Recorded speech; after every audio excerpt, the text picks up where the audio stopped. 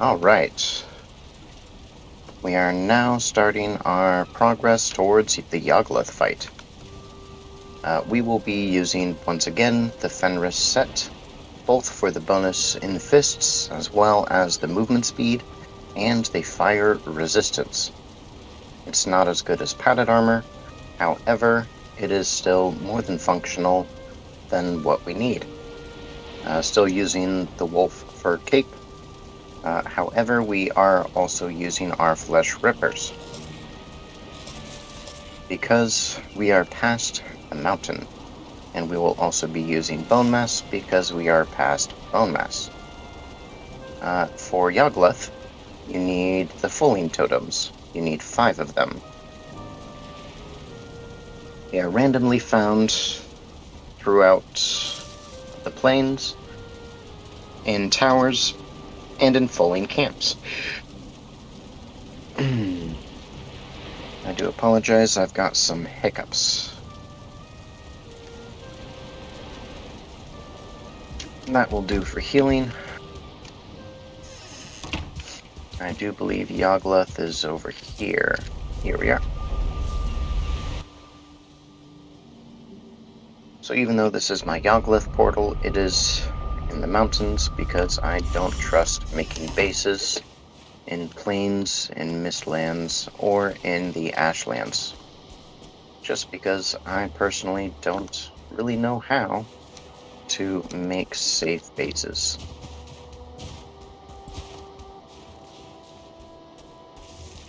When it comes to high intensity enemies. Especially flying enemies, enemies that can fly over defenses, yada yada yada, and utilizing ballista. I'm just not a fan of that. Especially because ballista have a bad habit of shooting everything, including the people who make them. So, there is a camp over here that we will be doing our best to ignore. A tar pit as well that we will also be trying to ignore. The death skeeters are simply things we have to deal with. We will also be utilizing the medium healing and stamina meads, because we cannot make the highest level until we have access to mistlands.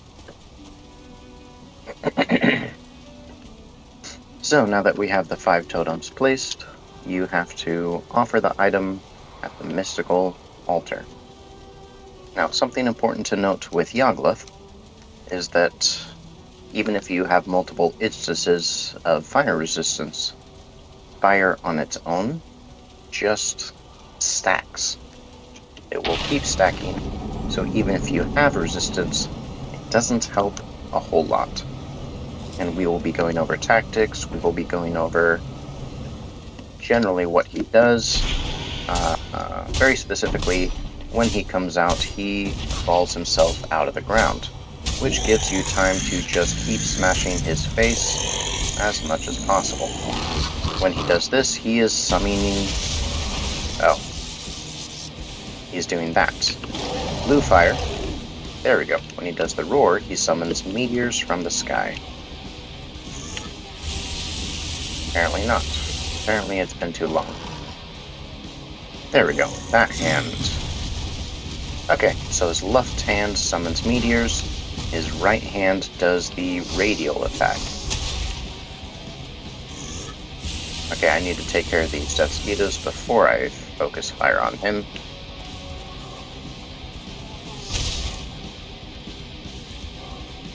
He's not looking at me for some... Nope. Right hand, radial. Now, when he does that radial, he also summons the blue fire around him. There come the meteors. Usually, they will pretty much always come from behind him. Smash. You do want to be outside of the radius of the smash. Even though I have 2 separate instances of fire resistance, it still dealt several ticks of 2.4 damage. More meteors. Now, you don't have much reaction time, but you do see where they're coming and generally where they're going to try to land. Now, one method of dealing with him... Oh, radio. One method of dealing with him is to dig out a trough. A area that has water. Because once you're in water... So now because those meteors are coming from behind him and because this big rock is right here, I had time to attack him directly. So as long as behind him is more or less a rock, you have the opportunity to take advantage of that. And more meteors, but it's not close enough to the rock. So I do have to get out of the way.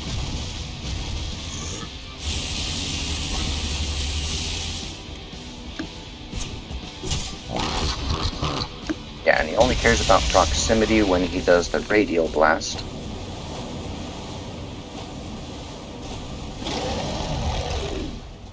You pretty much have to wait halfway through his next pattern before he gets rid of the blue fire. And more meteors. So now we come here, because behind him is this way, the meteors will not hit me. Ah, damn it. Yep, still got hit by that.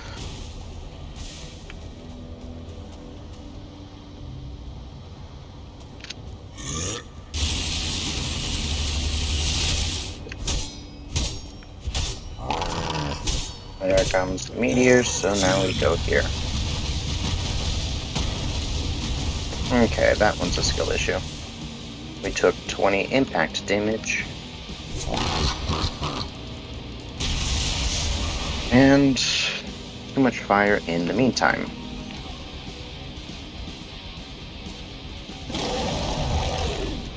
Yeah, his roar is nothing. Yeah, when he brings his hand down is generally the moments that the first impact happens. Damn it. I was hoping he wasn't going to do a radio. I was hoping he was going to do a fire breath.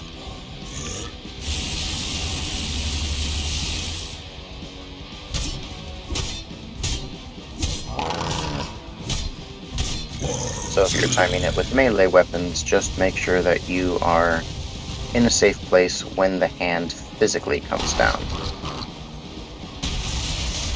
The radial does not care if a rock is there or not, if a pillar is there. That is something that is very important to remember. More meteors. Cannot trust. Damn it. Yeah, I did not get out of the way in time.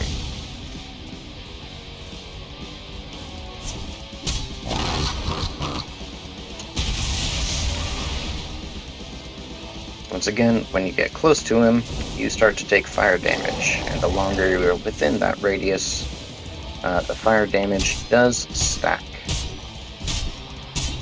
And the timer starts over every time a piece of the stack is added. Thankfully, it seems like he doesn't have any melee attacks. If he does have a melee attack, I simply don't remember it. But he has yet to do one with me. Ow. Yeah, because I was too close, instead of the 2.4, it dealt 4.8. So proximity does matter. However, a majority of all of his attacks, including meteors, have fire included. So having at least one form of fire resistance is going to make this fight much easier. Sadly, this is mostly about avoiding him as he does his special attacks. So it's a little bit of a gimmicky fight, but you're pretty much just doing your best to avoid any direct interactions with him.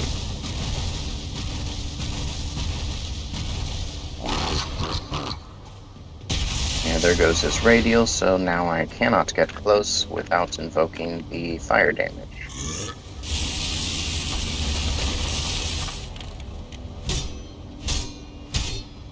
Let's try to get you face this way. So when you summon the meteors, the rock should block all of them. Nope. My spacing was just a little bit off. Off by just enough. Yep, there goes his radial, and I was too close for that. So it went from 2.4 to 4.3 because I spent too much time in that radius. Here comes his fire breath, which you can easily run by sidestepping. Then his meteors are going to come again. That one was going to be a direct hit. Thankfully, it was not. Ow! Yeah, that one got up to 4.7. Thankfully, we have not yet gotten to a point where we need to use potions. And this is the end of Yagluth.